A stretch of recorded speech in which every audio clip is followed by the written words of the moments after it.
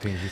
Dr. Francisco Tribulato, na época que eu ainda fazia cirurgia plástica de todos os tipos ali, tinha crescido muito o número de ninfoplastia, né? Da cirurgia íntima feminina, né? De operar os grandes lábios, diminuir esses grandes lábios e às vezes até reduzir o clítoris também, às vezes por uma questão de terapias hormonais. Como é que tá isso hoje em dia? Muito, muito. Isso aí, até nossa paciente em comum, né, a Maiara Maraíza, eu realizei o procedimento nela, e ela falou a gente esteve no programa da Virgínia, ela até comentou lá que foi muito bacana, ela entrou nesse assunto, e sobre essa questão da mulher se sentir mais segura, mais feminina, então, principalmente quem já utilizou ou de caráter genético mesmo, ou para quem pessoal de academia que acaba tomando muito hormônio, então acaba vendo um crescimento. Sim, já vi como é. Fica realmente grande. Tá rindo, né, ô Kratz? Né? Eu convivo nesse meio aí. Fica glande, pênis, fica né? glande. Então a gente consegue um procedimento super tranquilo, recupera super rápido e de forma, resultado extremamente satisfatório, realmente, sem mexer com a sensibilidade. Exato. Que loucura. Tinha de clareamento também, porque tinha uma época até polêmica, né? Também. Hoje, rejuvenescimento íntimo feminino, nos últimos 5 anos aí também, é super em alta. A gente tem aparelhos, tecnologias até para apertamento. Então tenho lá dá uma selada assim para dar uma... Introduz o dispositivo, ele dispara, por exemplo, uma radiofrequência fracionada. Radiofrequência, ou laser. E aí essa musculatura, né, vaginal, ela retrai. E qual que é o lance? Ela aperta. Ele fecha o diâmetro ali? Isso. Trabalhando na musculatura, além de você fechar o diâmetro, questão sexual, questão de prazer, melhora muito, muito mesmo. Até a gente trabalha com a radiofrequência, que é o mais moderno para essa situação. Até mesmo questão de incontinência urinária. Aquela senhora que, a hora que tosse, perde um pouquinho de urina. Então, antes tinha que recorrer à cirurgia. Hoje, com essas tecnologias, questão de uma sessão de 20 minutinhos ali, então já trata incontinência urinária. É extremamente bacana. A gente trata tanto questão estética quanto funcional. Acaba sendo uma reforma externa e interna. Externa e interna. Que loucura. Tem recomposição de ímã também, né? Tem a galera que faz recomposição também. de ímã. O pessoal faz aí, né? A Angela Bismarck, que gosta, né? Parece que já fez algumas vezes aí. Volta pro modelo de fábrica, né? Então. Será o odômetro? Mas tá super em alta. Rejuvenescimento íntimo em mulher, em homem, tá super em alta. O pessoal tá vaidoso aí com as partes. Entendi. E colocar silicone ou alguma coisa no tórax, panturrilha, o que o pessoal coloca? Homens? Homens procura bastante panturrilha e peitoral. Então eu falo que é legal aquela pessoa que já tem um corpo bacana. A prótese não adianta naquela pessoa que relaxada, fala, não treino, eu quero ficar com o corpo como se eu fosse para academia. Não vai ficar estranho, vai ficar esquisito. Então, tendo um corpo legal, fica muito legal, que dá uma realçada, acaba realçando a tua musculatura, tanto da panturrilha quanto do peitoral. Mas, principalmente panturrilha, que geralmente os homens ou mulheres acabam não treinando tanto na academia, geralmente o pessoal acaba tendo a perna pulando, né? Um pouquinho mais fria. Treino de perna? Vocês treinam isso? Existe. Eu tava numa academia chamada Chester's, pô. Tu acha que... Tá louco, velho. Então, criamos uma, pô. a gente tem que tomar cuidado só com o volume dessa prótese e tudo para não ficar algo muito artificial e ao toque ou ao movimento você conseguir observar essa prótese, observar aquele corpo estranho ali.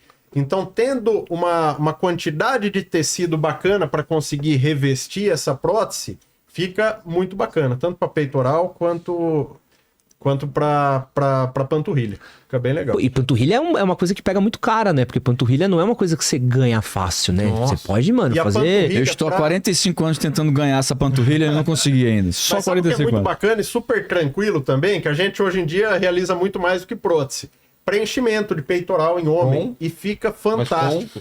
Com ácido hialurônico, só que diferente daquele que vai no pênis ou que vai no rosto. É um ácido hialurônico em macromoléculas, as moléculas maiores, moléculas até 300 vezes maior do que aquele do rosto, principalmente. Então é super bacana, coloca 20, 30 ml de cada lado.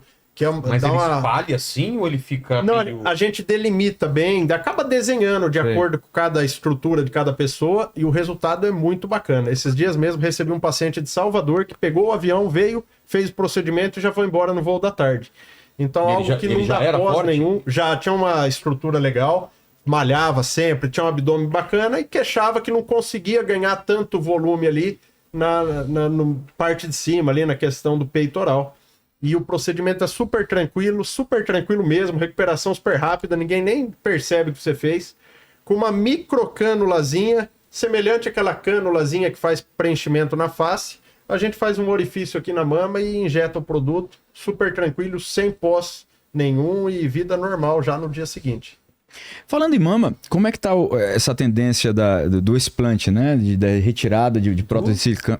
Do explante, né? Em vez de ser implante, é a retirada do implante, Ah, né? esse o nome, então? A retirada da Tem prótese. muita né? mulher tirando, né? Muito, tá muito em alta. E realmente apareceram mais estudos científicos falando sobre células gigantes, né? Falando sobre a síndrome, né? da Ásia, né? Relacionada com o silicone. Como é que tá isso hoje, Francisco? Como é que tá essa... A procura aumentou demais. Nos últimos 2 anos, principalmente, quando as celebridades aí vão à mídia e acabam expondo sobre algum assunto, então, como foi o caso do explante, acaba vindo à tona mais.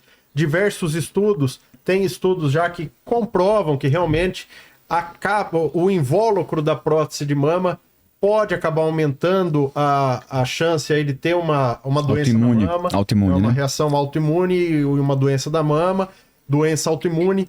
E então as pacientes acabam optando pelo explante. Então, antes o pessoal queria sempre estar colocando prótese. Hoje em dia, o mesmo tanto aí que está querendo colocar é o mesmo tanto que está querendo retirar. Quem já colocou próteses, querendo tirar, realizar o explante. Ou diminuir. Só que é muito comum, a gente observa, quem já tem prótese de mama, depois da amamentação, a mama dá uma cedida, a paciente volta para reestruturar a mama ali, para reposicionar a mama. E é muito comum essas pacientes falarem, mas eu não quero mais prótese. Até mesmo porque depois da gestação tem algumas mudanças no corpo, muda a concentração de gordura do corpo e as pacientes acabam querendo ter aquele corpo mais fit, mais sequinho. Então, tanto realizam o explante pela questão de saúde, quanto pela questão estética mesmo, para encaixar melhor na roupa, para ficar com aquele corpo um pouquinho mais slim. Quando mais jovem, querem dar uma turbinada mas mais. para ver como tudo isso se conecta, né? Sim. A prótese é menor ou nem prótese mais tem, porque quer ficar com uma silhueta mais slim, mais enxuta, né? E a prótese grande, isso acabava dando, né? Um aspecto de ter mais peso, de estar prótese né? muito maior, grande, né?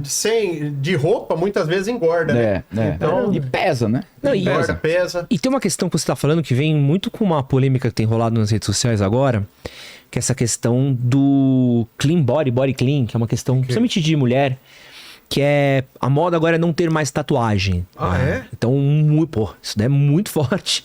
Então, muita mina tá fazendo remoção de tatuagem, porque a moda agora é você ter o corpo limpo, né? E a gente entra muito nessa questão do corpo da moda, né? Que é uma coisa que muda, né, cara? que é, Muda a gente demais, tinha até... A gente lembra até 2010, o corpo da moda era o da paniquete. Então você tinha, era bundão, pernão, ali as moças de grelo grande, voz grossa, né? E aí agora não, agora é talvez a mais minhonzinho, aí depois é a mais fitness. Como é que é pra vocês que trabalham com essa indústria da estética lidar tanto com homens como mulheres que estão, doutor, botei, agora eu tenho que pôr, mas pô, agora eu quero pôr de novo, agora eu vou... Como é que é essa coisa do corpo da moda, assim? Como é que é de lidar com isso? Eu acho bacana até pela exigência da gente estar o tempo todo, né, se aperfeiçoando, fazendo reciclagem, entendendo mais, estudando mais, compreendendo e se formando em todas as técnicas, os produtos, os equipamentos, porque é o que a gente está falando desde o começo. Esse comportamento humano, afinal de contas, ele vai mudando, né? Ele vai sofisticando e ele vai exigindo outros serviços e outros produtos.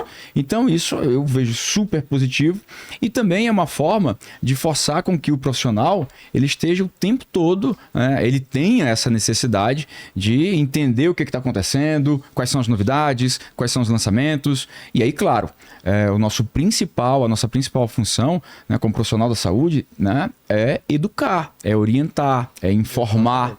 É acompanhar essa clientela e conduzir para o que é melhor de fato e de direito, né? E para isso a gente precisa entender sobre isso, estudar sobre isso, conhecer, né? Não adianta também se fazer de cego para o que está aparecendo de novo, para poder opinar, né? Afinal de contas tem que ser uma opinião criteriosa, tem que ser uma opinião de especialista. Então quando nós vamos falar de cirurgia plástica, de dermatologia, se a gente não entende da técnica, do produto, do equipamento, aí você está sendo, né? Você está errando como técnico, né? Aí você está se equivocando. Não é isso?